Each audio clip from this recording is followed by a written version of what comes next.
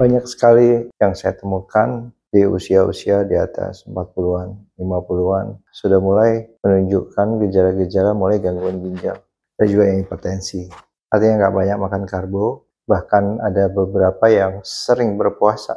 Jadi banyak sekali sekarang yang sudah mengerti mana makanan-makanan yang baiknya dimakan, dan banyak juga yang mengerti manfaat dari puasa. Kalau kita lihat dari profil lipidnya, bagus, nggak ada masalah. Triglyceride bagus, HDL bagus. Tapi kenapa hipertensi? Dan ditanya juga, tidur 6 jam, 7 jam. Untuk sebagian orang cukup sih sebenarnya. Tidur 6 jam, 7 jam, itu cukup. Walaupun mereka bilang, saya nggak sampai 8 jam. Bisa jadi 6 jam, 7 jam cukup sih sebenarnya. Tidur malam.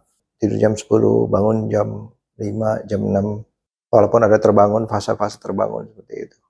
Dengan berbagai penyebab ya, misalnya harus menidurkan anak dulu, ada meeting malam, sehingga dari makan bagus dan rajin olahraga, dia juga ada aktivitas, tetapi kenapa hipertensi, kenapa mulai prediabetes, mulai terganggu ginjalnya. Karena kehidupan kita sebenarnya nggak hanya tentang pola makan, tapi juga keseimbangan stres dan rileksnya. Jadi kita bisa tidur 7 jam, tapi begitu bangun, sibuk dengan urusan-urusan dunia, urusan pekerjaan, urusan tanggung jawab, urusan aktivitas, olahraga juga menimbulkan stres di tubuh sebenarnya. Harus seimbangkan sama rileksnya. Kadang-kadang meeting juga sampai malam. Jadi mau nggak mau kita mesti ngerti tubuh kita, atau kita mesti baca tubuh kita, membaca tubuh kita gitu. Karena setiap orang pasti akan berbeda. Kalau udah mulai dengan masalah di lambung, masalah pencernaan, pasti stresnya tinggi. Misalnya kita nggak bisa tidur malam, berarti kita harus tambahkan relaksasi di jam pada saat kita beraktivitas. Dan sore kita mesti stop. Kalau dia punya bisnis sendiri, punya perusahaan sendiri, bisa atur waktu. Tapi kalau masih bekerja ke orang, harus ikut, harus meeting malam misalnya. Tapi coba dikurangi faktor stres tadi, karena sudah meeting malam. Jadi harus kurangi faktor stres, yang banyakin relax, breathing exercise. Puasanya dikurangi, jangan terlalu panjang puasanya, olahraganya mungkin jangan terlalu lama olahraganya. Sore-sore mulai latihan napas juga untuk mengurangi nadi. Dan jangan lupa tidur mesti diatur juga suasana tidur, supaya tidak gampang terbangun, tidak tergampang alert, tidak tergampang waspada. Mungkin dengan lampu-lampu yang dikurangi cahayanya. Nah, kalau misalnya kita lihat sekarang kita dalam keadaan kita berpuasa, kita coba mesti pertimbangkan juga buat orang yang sakit. Yang sakit harus puasa nggak? Pertanyaannya. Sekarang pertanyaannya, saya sakit atau tidak merasa sakit? Obesitas itu penyakit atau tidak merasa sakit? Hipertensi, gula darah saya terkontrol, saya minum obat gula. Apakah dia sakit? Apakah saya baik-baik aja merasa tidak sakit?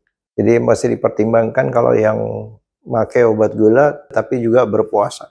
Sebenarnya itu orang-orang yang terbiasa berpuasa, dia nggak masalah dengan gula darah rendah, karena insulinnya rendah, sehingga dengan mudah glukagon, hormonnya akan pecah lemak untuk dijadikan gula. Jadi gula darahnya tetap tidak nol. Tetapi dengan orang yang insulin tinggi, hiperinsulinemia, orang diabetes, tetap pakai obat gula darah rendah, diturunkan lagi, dan tubuh nggak bisa tiba-tiba membuat gula dari lemak, karena insulinnya masih tinggi. Karena dia pakai obat, pakai insulin. Jadi itu yang masih diperhatikan. Apakah puasa membuat lebih baik? Belum tentu. Untuk orang-orang yang sakit, untuk orang-orang yang nggak terbiasa. Kalau kita hipertensi, apa yang harus dilakukan? Banyak yang relax. Aktivitas untuk memikirkan dunia juga mulai ada jeda. Kekhawatiran, kecemasan, mulai dijedakan.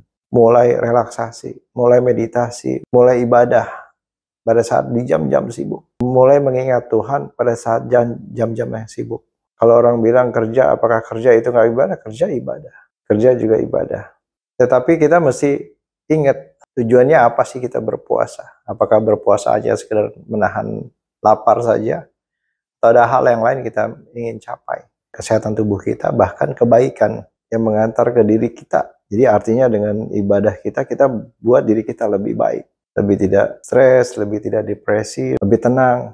Kalau hanya untuk menahan lapar, apa bedanya sama puasa-puasa di luar bulan Ramadan? Momen kita berpuasa di bulan Ramadan itu harusnya kita bisa lebih tenang. Jadi harusnya kita lebih baik. Dan kadang-kadang bagaimana kita menyikapi kita terhadap momen ini gitu. Ada orang yang semakin ibadah semakin sedih, semakin khawatir, semakin cemas gitu, takut dengan akhirat, takut dengan siksa neraka. Jadi tidak mengantarkan dia lebih baik. Pada saat kita bulan puasa, tidur kurang karena ada ibadah, kemudian bangun tidur stresnya sama. Stres dari puasa lagi, mesti mikirin kapan olahraga lagi, badan saya nanti gimana kalau saya nggak olahraga.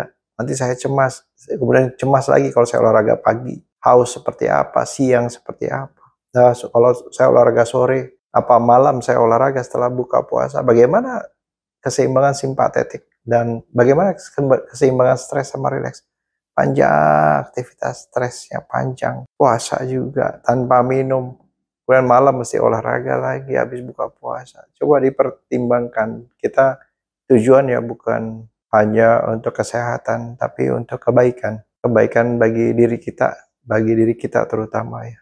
Kita menjadi orang yang lebih baik, lebih banyak ikhlas, lebih sabar, dan lebih sehat. Harusnya dapatnya di situ gitu. Sehingga memang benar-benar terasa manfaat dan kebiasaan itu ke bulan-bulan berikut.